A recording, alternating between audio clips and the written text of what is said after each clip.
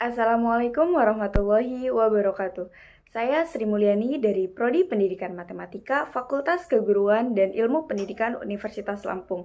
Saya di sini akan memaparkan secara singkat Undang-Undang Kepramukaan Pasal 17 sampai dengan Pasal 31. Pasal 17 ayat 1 yang berbunyi, evaluasi dilakukan dalam rangka pengendalian mutu pendidikan kepramukaan sebagai bentuk akuntabilitas penyelenggaraan pendidikan kepramukaan kepada pihak yang berkepentingan. Ayat 2, evaluasi dilakukan terhadap peserta didik, tenaga pendidik, dan kurikulum pada setiap jenjang dan satuan pendidikan kepramukaan. Ayat 3, evaluasi terhadap peserta didik dilakukan oleh pembina. Ayat 4, evaluasi terhadap tenaga pendidik dilakukan oleh Pusat Pendidikan dan Pelatihan Nasional yang dibentuk oleh Kuartir Nasional. Ayat 5, evaluasi terhadap kurikulum pendidikan kepramukaan dilakukan oleh Pusat Pendidikan dan Pelatihan Nasional yang dibentuk oleh Kuartir Nasional. Pasal 18 ayat 1, akreditasi dilakukan untuk menentukan kelayakan kegiatan dan satuan pendidikan kepramukaan pada setiap jenjang pendidikan kepramukaan. Ayat 2, akreditasi dilakukan atas dasar kriteria yang bersifat terbuka dan dilakukan oleh lembaga akreditasi sesuai dengan peraturan perundang-undangan. Pasal 19 ayat 1, sertifikat berbentuk tanda kecakapan dan sertifikat kompetensi. Ayat 2, tanda kecakapan diberikan kepada peserta didik sebagai pengakuan terhadap kompetensi peserta didik melalui penilaian terhadap perilaku dan pengamalan nilai serta uji kecakapan umum dan uji kecakapan khusus sesuai dengan jenjang pendidikan kepramukaan. Ayat 3, sertifikat kompetensi bagi tenaga pendidik diberikan oleh Pusat Pendidikan dan Pelatihan Kepramukaan pada tingkat nasional. Bab 4. Kelembagaan. Bagian ke-1 umum, Pasal 20, ayat 1, gerakan pramuka bersifat mandiri, sukarela, dan non-polis. Ayat 2, satuan organisasi gerakan pramuka terdiri atas A. Gugus depan dan B. kuartir. Pasal 21, gugus depan sebagaimana dimaksud dalam Pasal 20 ayat 2, huruf A meliputi gugus depan berbasis pendidikan dan gugus depan berbasis komunitas. Pasal 22 ayat 1, gugus depan berbasis satuan pendidikan sebagaimana dimaksud dalam Pasal 21 meliputi gugus depan di lingkungan pendidikan formal. Ayat 2, gugus depan berbasis komunitas sebagaimana dimaksud dalam Pasal 21 meliputi gugus depan komunitas kewilayahan, agama, profesi, organisasi kemasyarakatan, dan komunitas lain. Pasal 23, kuartir sebagaimana dimaksud dalam Pasal 20 ayat 2, huruf B terdiri atas A. kuartir ranting, B. kuartir cabang, C. kuartir daerah, dan D. kuartir nasional. Bagian kedua, pembentukan dan kepengurusan organisasi.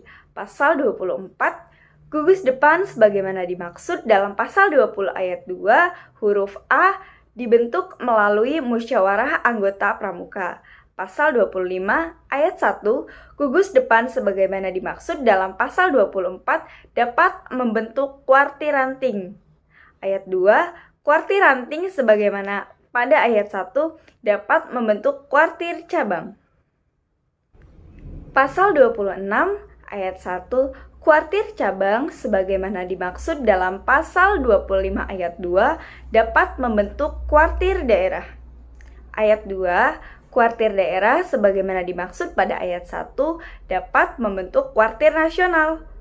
Pasal 27 ayat 1, kepengurusan kuartir sebagaimana dimaksud dalam Pasal 23 dipilih oleh pengurus organisasi gerakan pramuka yang berada di bawahnya secara demokratis melalui musyawarah kuartir. Ayat 2, kepengurusan sebagaimana dimaksud dalam ayat 1 tidak terikat dengan jabatan publik. Bagian ketiga, kuartir ranting, kuartir cabang, kuartir daerah, dan kuartir nasional. Pasal 28 ayat 1, kuartir ranting sebagaimana dimaksud dalam Pasal 23 huruf A merupakan satuan organisasi gerakan pramuka di kecamatan. Ayat 2, Kuartir Ranting mempunyai tugas memimpin dan mengendalikan gerakan pramuka dan kegiatan kepramukaan di kecamatan. Ayat 3, Kuartir Ranting sebagaimana dimaksud dalam ayat 1 dibentuk oleh paling sedikit 5 gugus depan melalui musyawarah ranting.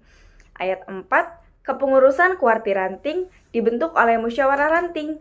Ayat 5, kepemimpinan Kuartir Ranting bersifat kolektif. Ayat 6, musyawarah ranting sebagaimana dimaksud pada ayat 3 merupakan forum untuk pertanggungjawaban organisasi, pemilihan dan penetapan kepengurusan organisasi Kuartir Ranting, dan penetapan rencana kerja organisasi.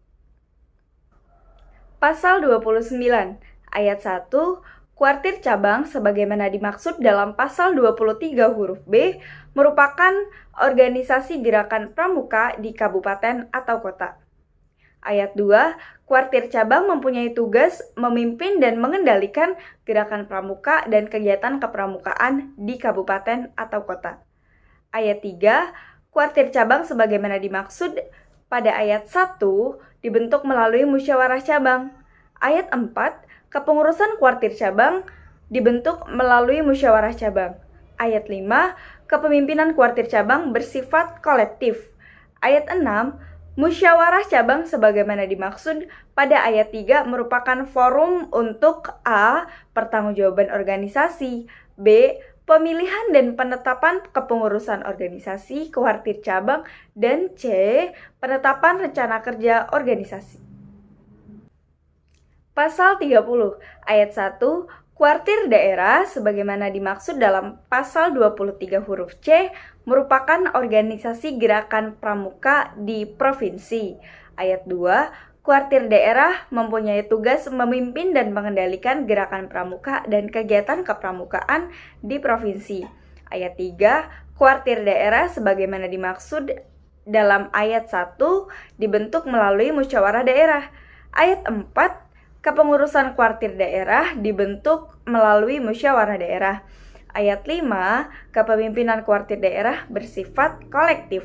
Ayat 6, musyawarah daerah sebagaimana dimaksud pada ayat 3 merupakan forum untuk A. Pertanggungjawaban organisasi, B. Pemilihan dan penetapan kepengurusan organisasi Kuartir daerah, dan C. Penetapan rencana kerja organisasi.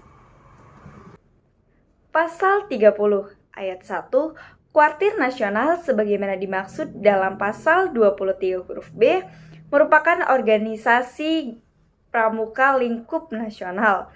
Ayat 2, Kuartir nasional mempunyai tugas memimpin dan mengendalikan gerakan pramuka serta kegiatan kepramukaan lingkup nasional. Ayat 3, Kuartir nasional sebagaimana dimaksud pada ayat 1 dibentuk melalui musyawarah nasional. Ayat 4, kepengurusan Kuartir nasional dibentuk melalui musyawarah nasional. Ayat 5, kepemimpinan Kuartir nasional bersifat kolektif. Ayat 6, musyawarah nasional sebagaimana dimaksud pada ayat 3 merupakan forum musyawarah tertinggi untuk A. Pertanggungjawaban organisasi, B. Pemilihan dan penetapan kepengurusan organisasi Kuartir nasional, C. Perubahan dan penetapan anggaran dasar dan anggaran rumah tangga, dan D. Penetapan rencana kerja strategi organisasi. Mungkin itu yang bisa saya sampaikan. Saya Sri Mulyani. Wassalamualaikum warahmatullahi wabarakatuh. Salam Pramuka.